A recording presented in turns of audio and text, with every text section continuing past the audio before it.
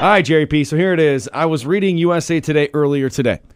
And on the front page of, I don't even think it's not even USA Today Sports. It's actually just the front page of USA Today. The title says, Wrestling Women Are Flying High.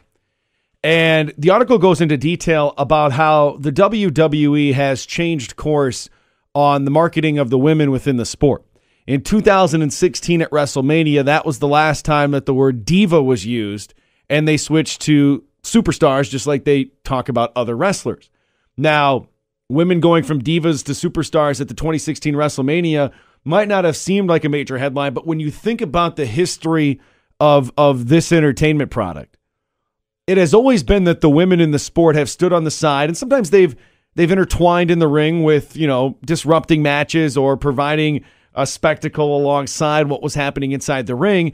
And even when they would wrestle, they'd have to wrestle for what was like a pink belt, right? Like it was like a fluffy pink belt. It right? was.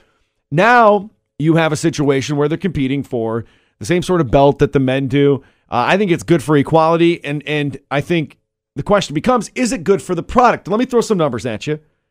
The WWE's TV audience continues to increase in the percentage of females, nearing 38% according to Nielsen figures. Those numbers include reality shows Total Divas and Total Bellas on E! That have added an extra point to female performers with new fans.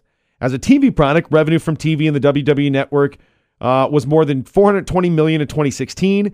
WWE appears to have convinced a male-dominated viewing audience to accept female athletes. And another number that I thought was interesting is that merchandise sales depicting female performers continues to grow. The company says, walk through the arena at any WWE event and you will see as many men wearing t-shirts in support of Bayley, Flair, Banks, Nikki Bella, and others as you do women wearing them. But my question is to you, first of all, Jerry, is this good for the product? Do you think people would rather see the women in WWE be depicted as really hot chicks that don't wrestle or really hot chicks that wrestle? I think it's been proven over the last year that the wrestling fan base would rather see it the way that it is today than it was, and not how it used to be. Because if you go back in the depths of the history, especially in the late 90s, I really, it's kind of odd to go back and watch it. And it's hard to go back and watch some of the stuff and how they portrayed it. And honestly, I have no idea, being 7, 8 years old, even how my mother sometimes would let me watch it, just knowing what I've seen today right, of how they used to portray them. Well, they did away with all that this past year, and it was a long time coming. Now, this is something that has been in the works, Jeff, however, since dating back to about 2005. Little history lesson on this. A small company out of Chicago by the name of Shimmer went out there and said, we're going to do something a little bit different, and we're going to host wrestling shows that are purely 100% women-based. No men on the show, women's wrestling, and they were going to treat it as an athletic contest, not as any form of the sideshow stuff that they used to do in the WWE.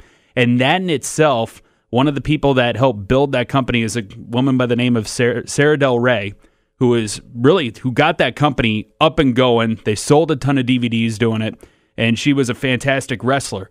She is now the main trainer for the women inside the WWE Performance Center in Orlando, and she's certainly helping that next generation move forward.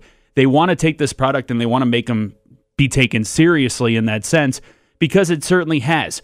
Not only have the men who do go have taken it a lot more seriously, and watching these ladies who, for many years, Jeff, dating back to 2005, I've seen some of these, like a Becky Lynch, put on matches 10 years ago that people would have gone, I didn't know they had it in them. Right. And now they're doing it now, and I'm kind of sitting here going, this is awesome, because I saw this 10 years ago when it was just an underground thing that people were trying to start up. This is huge for them, and it's opened up the doors to a point where my 7-year-old niece watches it, sees what they do, and she is just completely enamored by it. She loves watching the women come out and perform that the way that they do, whereas the stuff of how it used to be, there's no way I would show my 7-year-old niece of how they used to portray things. Now, obviously, I want to be fully transparent here, because I actually had someone ask me this at the Division II championship game over the weekend.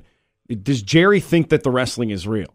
No, Jerry does not think the wrestling is real. What Jerry thinks is that there are real athletes inside a ring that basically live out reality TV. It's his version of reality TV. Am I correct in that? Yes. Okay, it's an entertainment show just like You and watch I. The Real World, Right. I watch the WWE. Perfect.